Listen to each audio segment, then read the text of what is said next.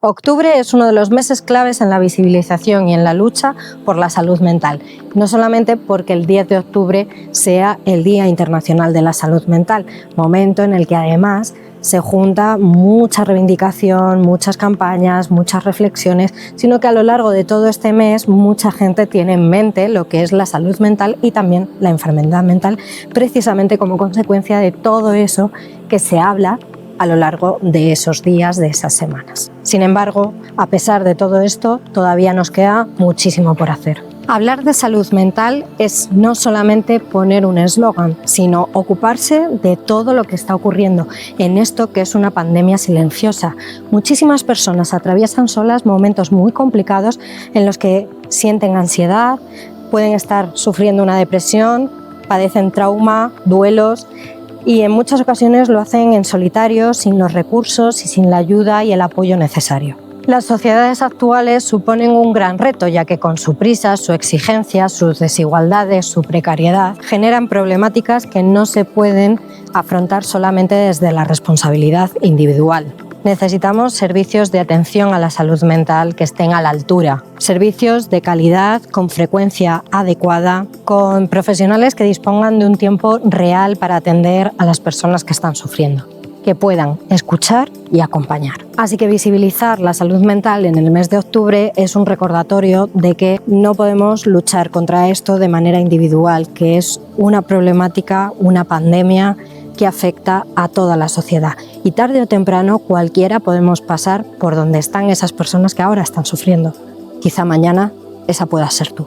Y por eso hoy te voy a hablar de salud mental en primera persona. Soy Rosa, psicóloga y fundadora de Entre Mujeres Psicología, y hoy te doy la bienvenida a este episodio de La Casita de Madera, un podcast en el que hablamos de salud mental sin tapujos y de todo lo que tiene que ver con la psicología, el bienestar y el autocuidado. Y en este episodio hoy voy a hacer una cosa muy especial que me cuesta mucho hacer y que no he hecho nunca o hago poco en redes sociales. Es un episodio muy íntimo y creo que sobre todo también muy humano. He decidido hablar de mi propia experiencia con el trauma, con la depresión y con la ansiedad. Y desde luego no es fácil ponerle palabras y voz a esto que a ratos todavía me duele, pero creo de verdad que muchas veces compartiendo nuestras historias creamos puentes que pueden sostener a otras o nos pueden acercar a otras y bueno, podemos ayudarnos de esa manera mutuamente. Así que antes de comenzar sí que quiero hacerte una advertencia y es que este episodio va a tocar temas bastante complejos como son el trauma, la depresión, el dolor emocional e incluso la ideación suicida.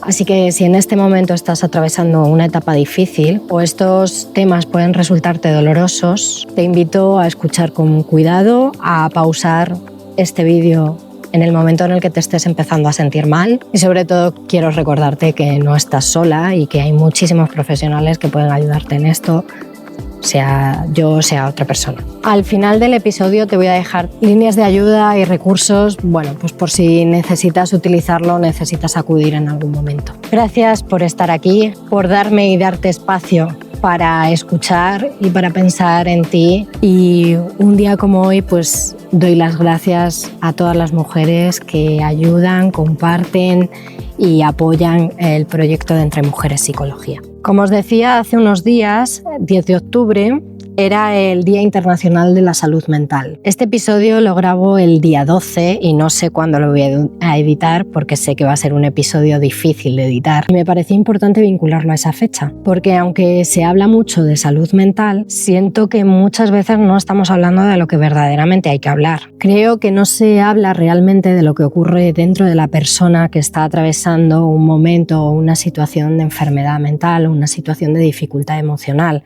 Creo que no se habla de cómo una enfermedad mental te puede sobrepasar aunque tengas un montón de herramientas. Nos repiten una y otra vez el discurso de que hay que cuidarse, pero muy pocas veces nos dicen el cómo. Pocas veces ese cuidarse concibe el aislamiento, el juicio, la soledad, la culpa, en lugar de generar empatía, que quizá es lo que debería ser, ¿no? Eso provoca mucho silencio, que las personas se autocensuren y no hablen de lo que les está ocurriendo cuando precisamente lo que necesita es que hablemos y es que contemos y es que nos sintamos apoyadas y es que no nos aislemos.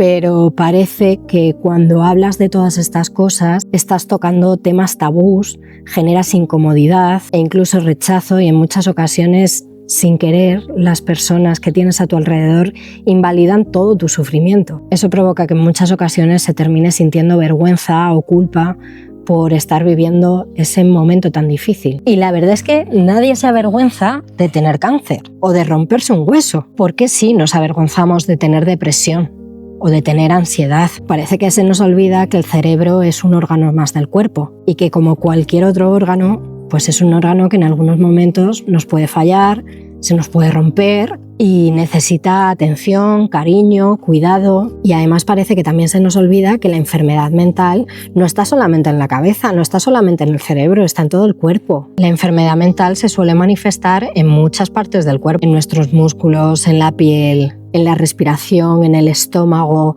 en los dolores de cabeza. Y ese cuerpo normalmente no se daña por sí solo o por lo que hacemos nosotras, sino que también se daña y se ve muy influenciado por las exigencias de nuestro entorno, por la falta de descanso, por las relaciones que mantenemos y cómo son los vínculos que mantenemos. Y eso, por ejemplo, es cosa de dos o de varias personas. O si estamos sometidas a una presión constante. Todo eso el cuerpo lo nota y lo registra y va dejando un pozo que en muchas ocasiones termina llevando a una enfermedad mental. Así que te quiero hacer una pregunta. ¿Cuánto tiempo hace que no abrazas a alguien que puede estarlo pasando mal o que necesita que a lo mejor le prestes un poquito de atención porque tienes otras cosas más importantes que hacer o porque el trabajo parece más urgente? ¿O cuánto hace que no escuchas con calma a una persona porque estás distraída con algo en el móvil? La salud mental también se cuida desde ahí, en la escucha, en la presencia, en el contacto humano.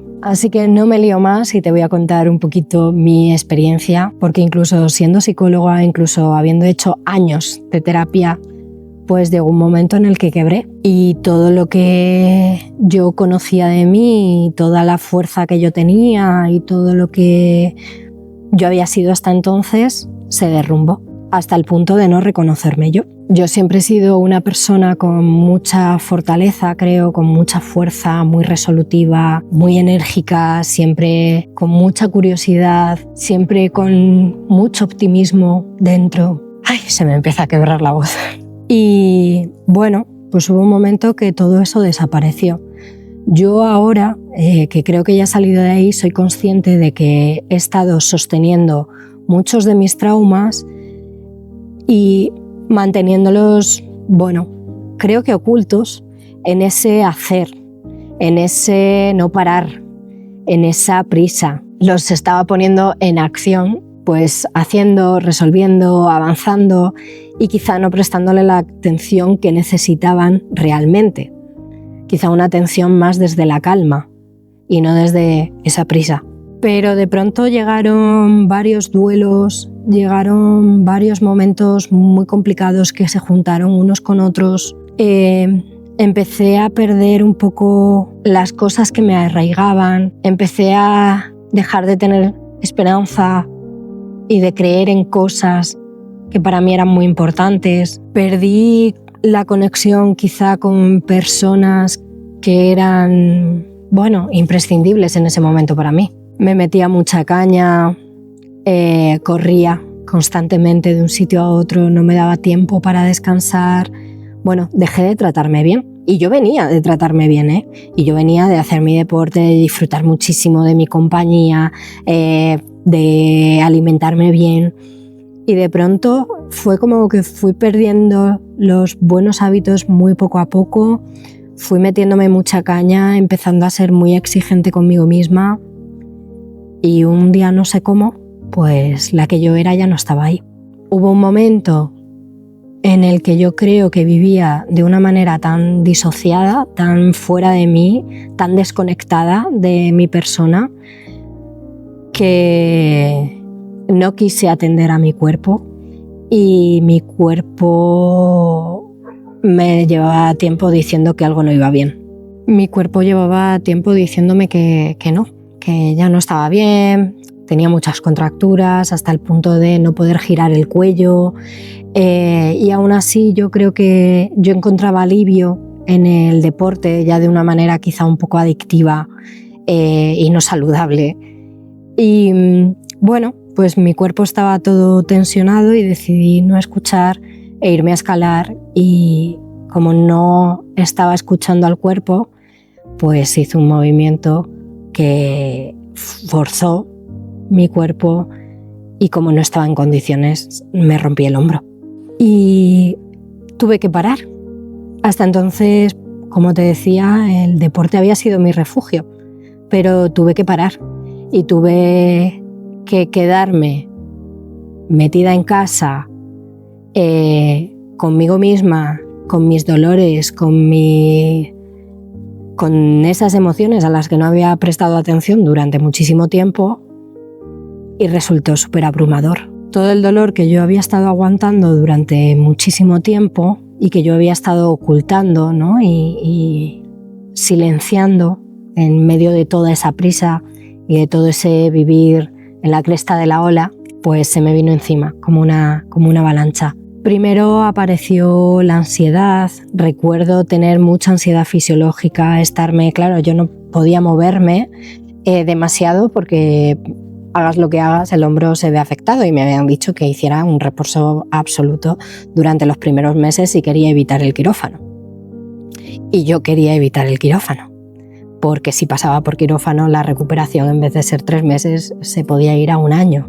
Entonces, bueno, yo empecé a sentir como mucha ansiedad, empecé a sentir que no me podía calmar, que nada me ayudaba, que salía con el perro de paseo y que volvía casi más ansiosa, cuando a mí los paseos siempre me habían ayudado, y más por la naturaleza. Vivo en un entorno natural, rodeada de naturaleza, y no me ayudaban. Llegaba a casa, empezaba a moverme, caminaba mucho dentro de la casa, intentaba calmar lo que estaba sintiendo pues poniéndome la televisión, estando enganchada a redes sociales, pero nada. Intenté luchar con eso con todas mis fuerzas, y en cuanto me recuperé un poquito empecé a volver a ir a la montaña, a hacer el poquito deporte que podía hacer al principio. Intenté volver pensando que eso era un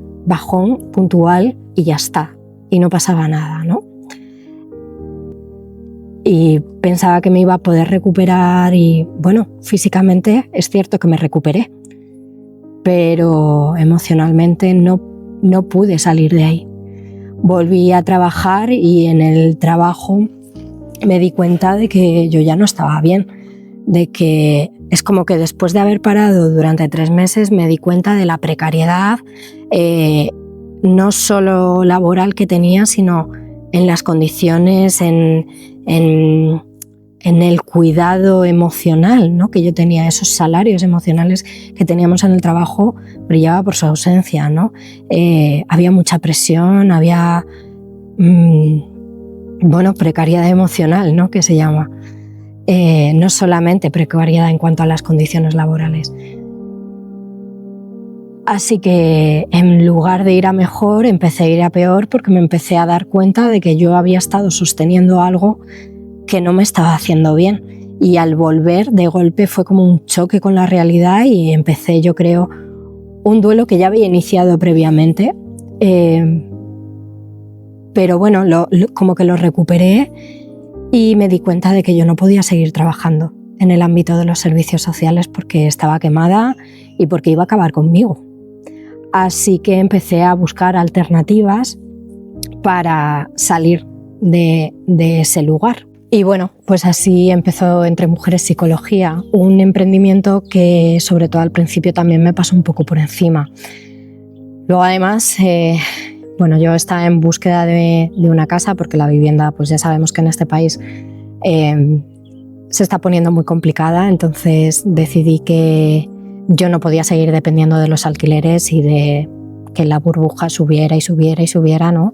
A costa de mí, de mi estrés, de mi prisa, de estar pluriempleada, y que yo no podía seguir así. Pero claro, empezar un emprendimiento es complicado, y me pasó un poquito por encima.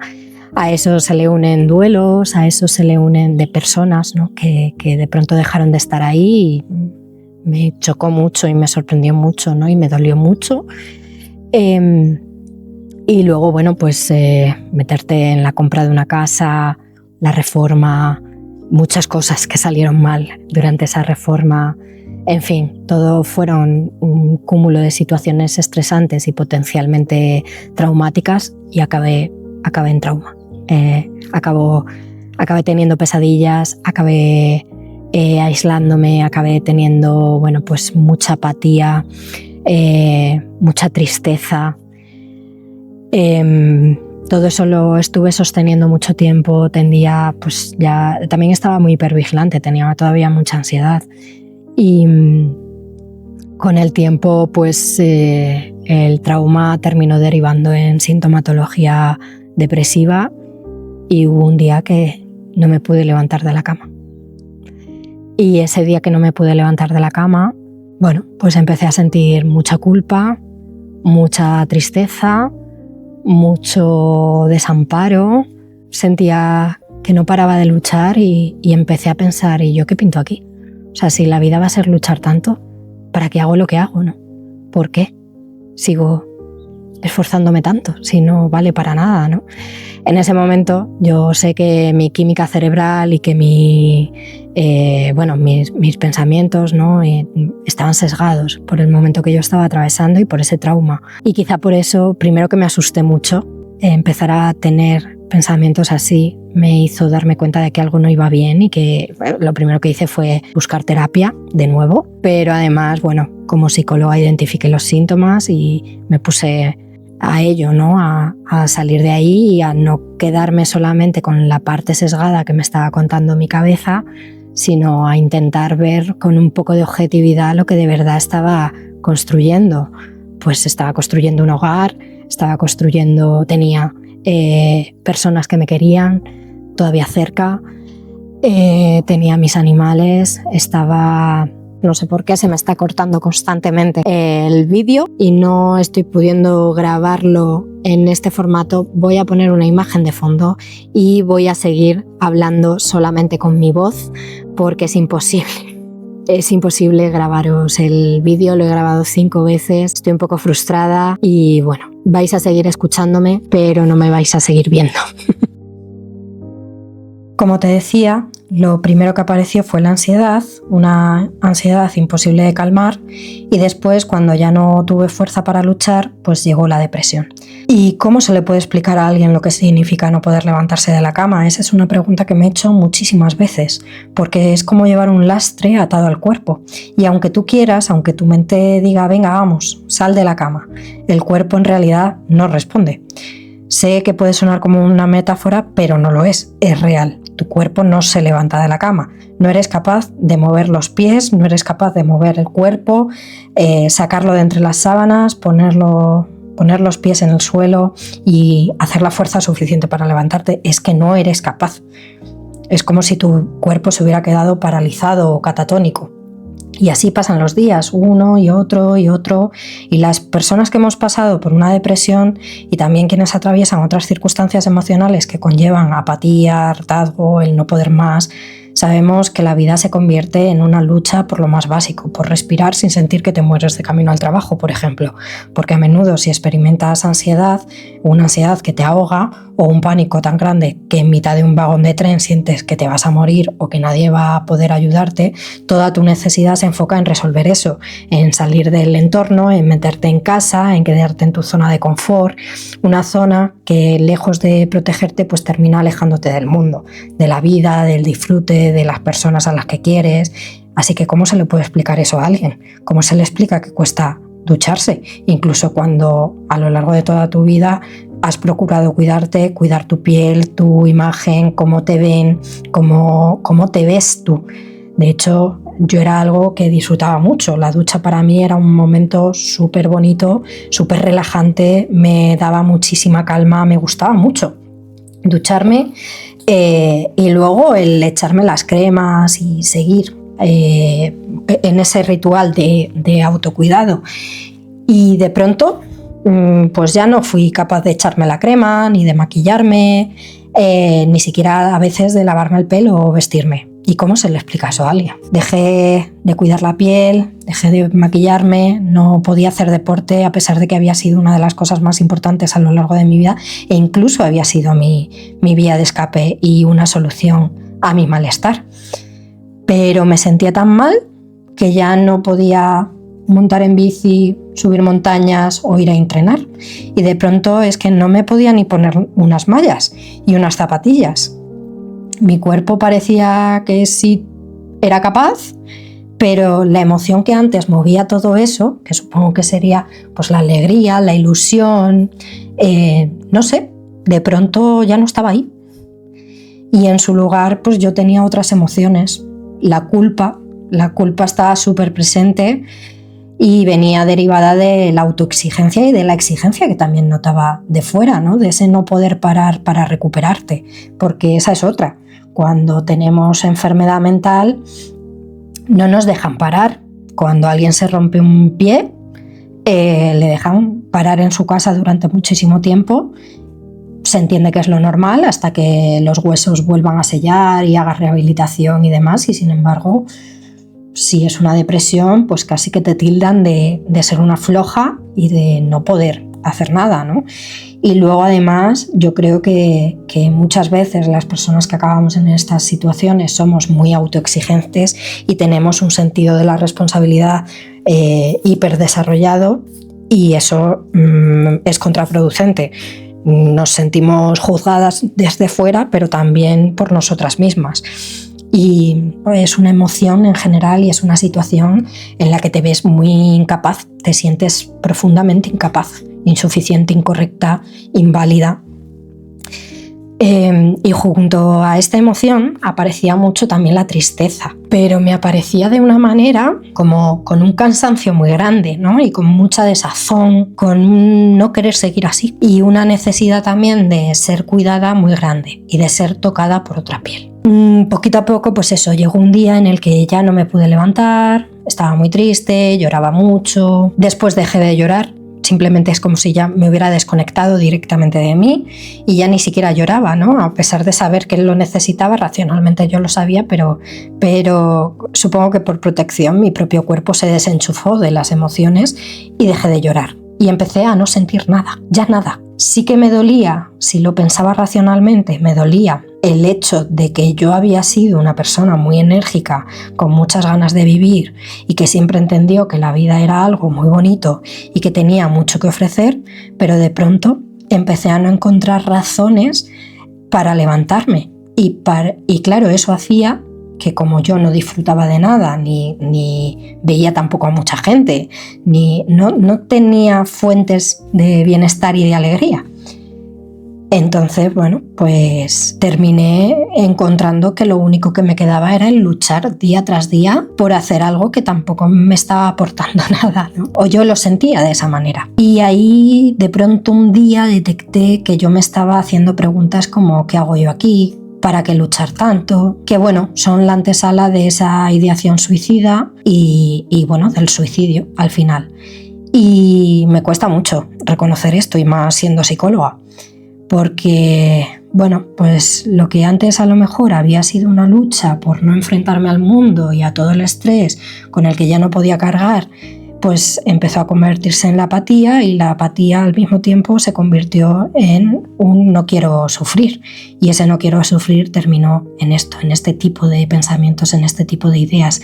Y evidentemente me asusté muchísimo, porque yo sé y sabía que yo quiero vivir, que quería vivir una vida bonita, que sabía que la vida podía ser muy bonita, pero claro, quería vivir eso, una vida bonita en la que no sufriera. Y la verdad es que ahí me obligué a encontrar razones. Yo es verdad que tenía muchas herramientas por el hecho de ser psicóloga y porque llevaba muchos años de terapia. Y además, en cuanto esto apareció, yo volví a terapia inmediatamente. Pero yo sé que yo me obligaba todos los días a encontrar mis razones para seguir. A veces para seguir un día más, a veces para seguir un mes más, a veces para no dejar de luchar. cada día según cómo me encontrara, pero para no dejar de luchar, ¿no? Y yo creo que en eso mi perro Ural fue imprescindible, porque él se tumbaba a mi lado en la cama cuando yo no me podía levantar, empezaba a jugar conmigo, me pedía salir de paseo, así que primero me hacía salir un poquito de la cabeza de esos pensamientos y me hacía pensar en él y pensar en todos esos momentos que habíamos pasado juntos y que podíamos volver a vivir juntos si yo conseguía salir de la cama. Y después me hacían, bueno, pues mover el cuerpo pues para acariciarle, para jugar, y poquito a poco pues ir sacando una pierna, luego otra, y finalmente poder salir a pasear. Así que ese gesto estoy segura de que a mí me devolvió muchísima vida. Además, los días que no podía, que aún así no podía, yo me decía a mí misma, bueno, pues sin culpa, ya está, hoy no puedes, hoy no es posible, hoy directamente nos quedamos aquí con el perro tumbado al lado, leyendo un libro y aprovechando este tiempo en algo que puedas disfrutar, en vez de echándote la culpa, porque había veces que no me podía levantar, pero me estaba echando la culpa por no levantarme, con lo cual todo empeoraba. Así que yo me quedaba un ratito en la cama, me ponía a leer o me ponía alguna serie, y cuando de pronto yo llevaba ya un rato fuera de esos pensamientos, ¿no? y de todo ese malestar y fuera de la culpa, pues era capaz de hacer muchas más cosas. Entre ellas, salir de la cama y ponerme en marcha. Y ahí, por ejemplo, me ponía pequeños retos. Me ponía el reto de hoy me ducho, me ponía el reto de hoy pongo el lavavajillas, me ponía pequeños retos, hoy cocino algo que me guste, ¿no? Pequeñitos, cosas muy pequeñas a veces no podía hacerlas y no pasaba nada, ¿no? Pero lo iba viendo un poco sobre la marcha para tampoco ponerme expectativas que no se cumplieran y que me hicieran sentir más culpable todavía.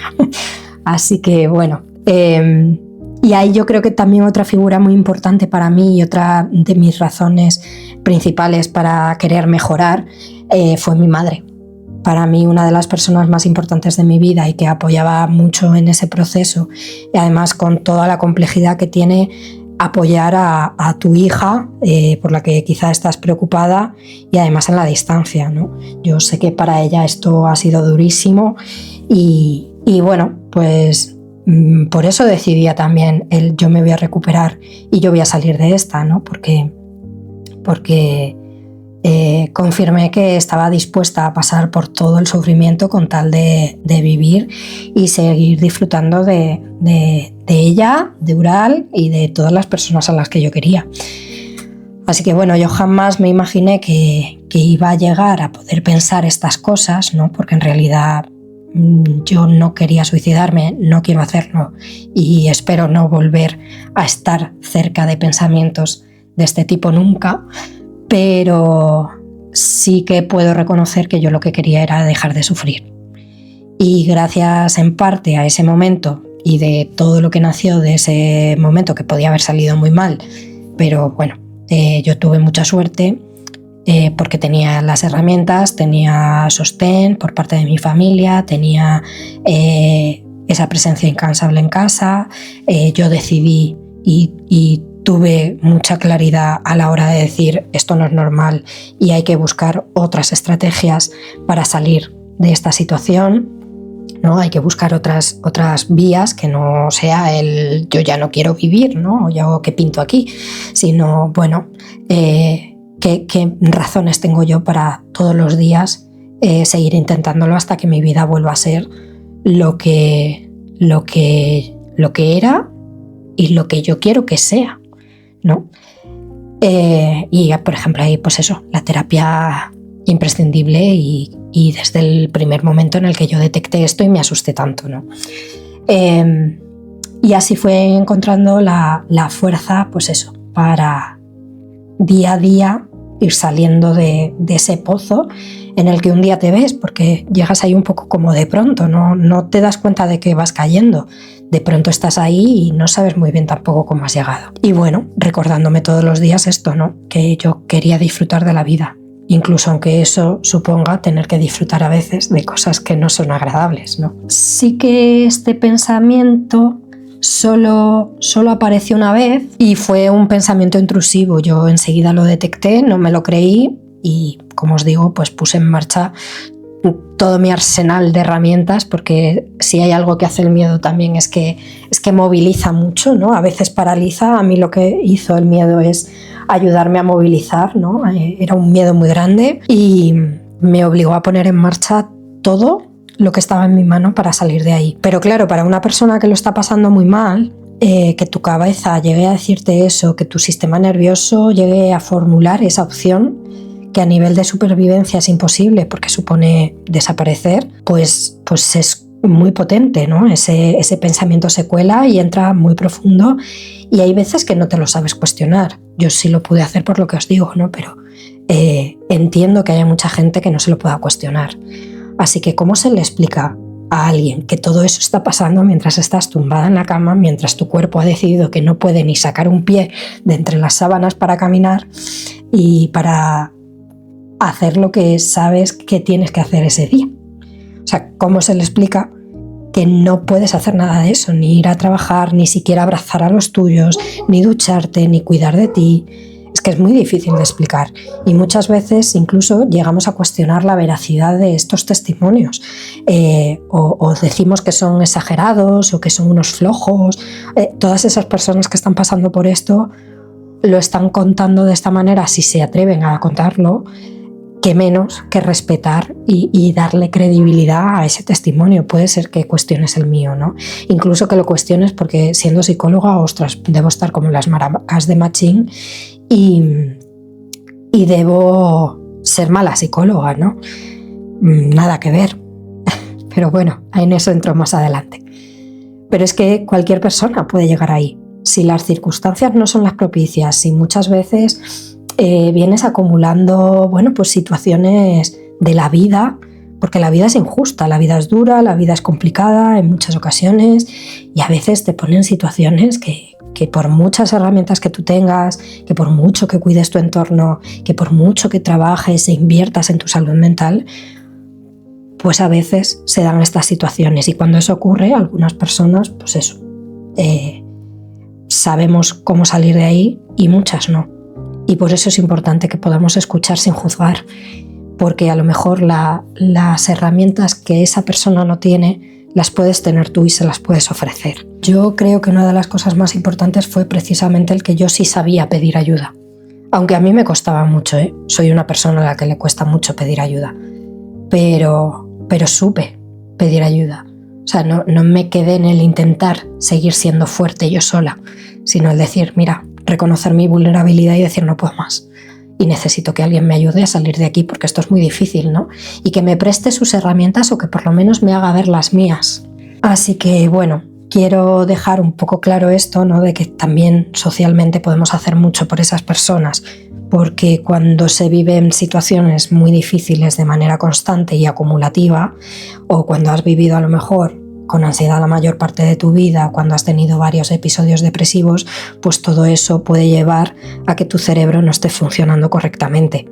Cuando además vives en una sociedad y en unos trabajos que te exigen, que te presionan, que no te dejan cuidarte, que por mucho que intentes todo se empieza a hacer grande, pues esas situaciones pueden llegar a darse, y no es culpa de nadie, porque es una enfermedad de la que yo estoy saliendo, igual que quien sale del cáncer, igual que quien ha pasado por una enfermedad muy dura, ha hecho un tratamiento y está en ese proceso de salir.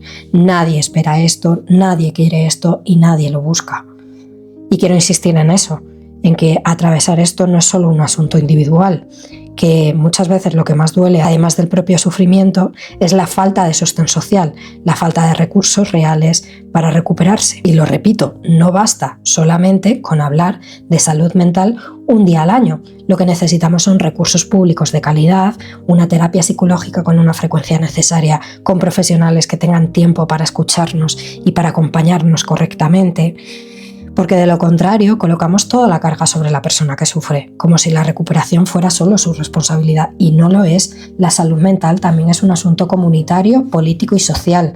Necesitamos más empatía, sí, pero también estructuras que lo acompañen, porque no podemos sanar si seguimos sintiéndonos solas, juzgadas o sin acceso a la ayuda que necesitamos. No quiero romantizar nada. a mí me hubiera gustado sufrir muchísimo menos. Reconozco que de este proceso yo rescato muchas cosas valiosas.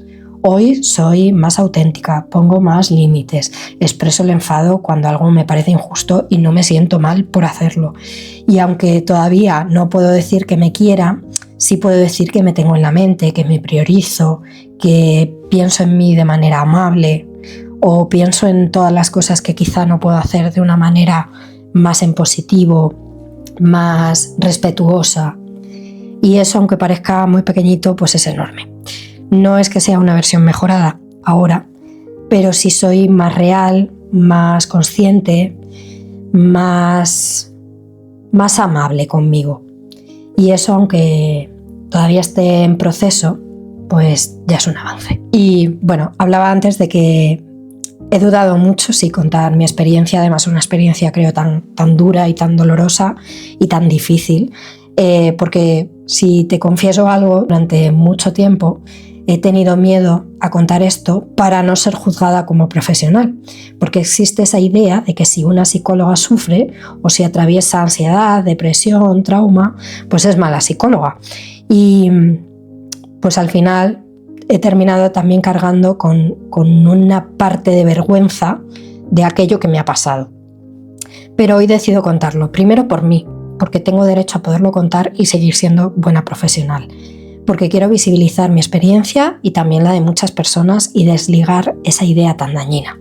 Ser psicóloga no me libra de ser humana, y ser humana significa que puedo enfermar, que puedo caer, que puedo sentirme sobrepasada, y también significa que además puedo aprender de todo ello. De hecho, creo que todo este proceso, acompañado por otra parte por mi propia terapia, pero también de mucha introspección que he hecho yo, ¿no? Y me he obligado a hacer, creo que me ha hecho mejor psicóloga. Creo que entender el sufrimiento no solamente desde lo que ponen los libros o lo que podemos imaginar como profesionales, sino desde la propia experiencia, te da una forma de escuchar a la otra persona, de tocar su sensibilidad y su vulnerabilidad, de cuidar sus procesos de una manera, bueno, pues mucho más saludable, mucho más bonita, mucho menos exigente.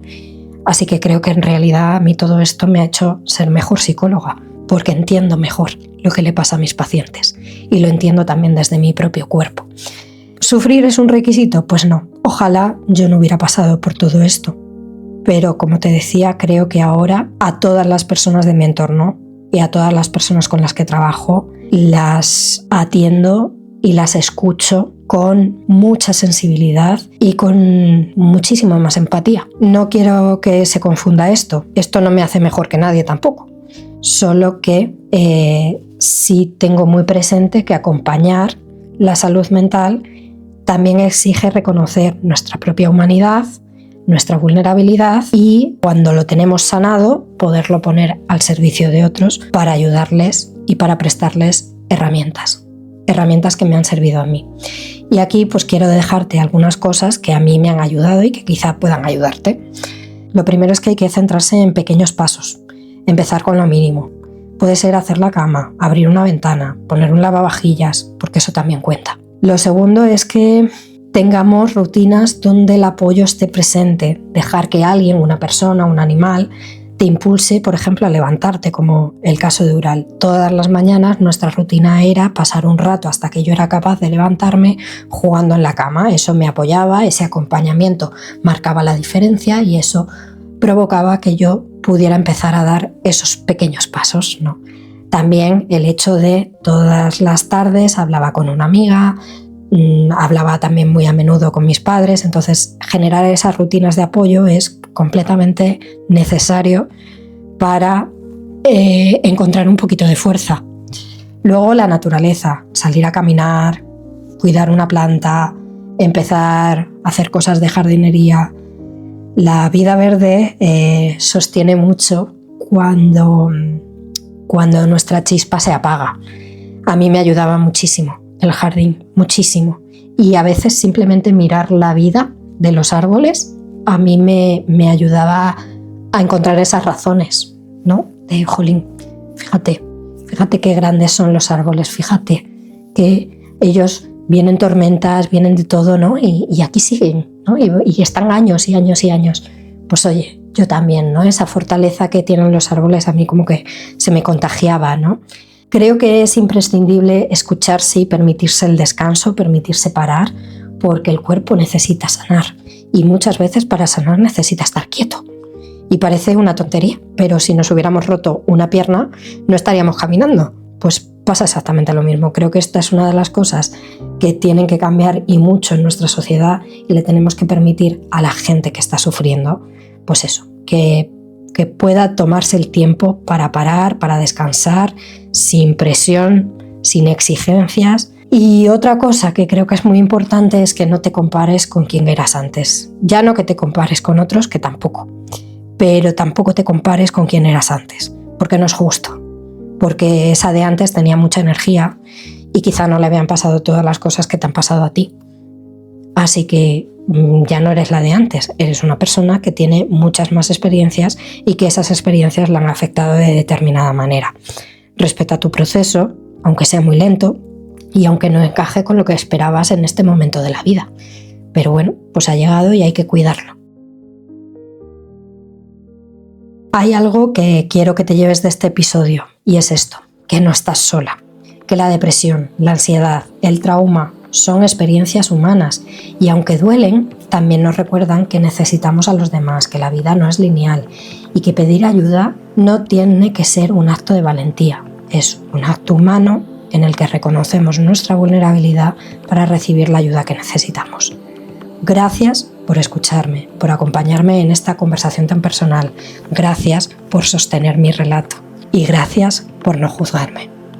Recuerda que la salud mental también se cuida con escucha, con contacto, con cariño y ojalá podamos construir una sociedad donde hablar de esto sea tan natural como hablar de cualquier otra enfermedad.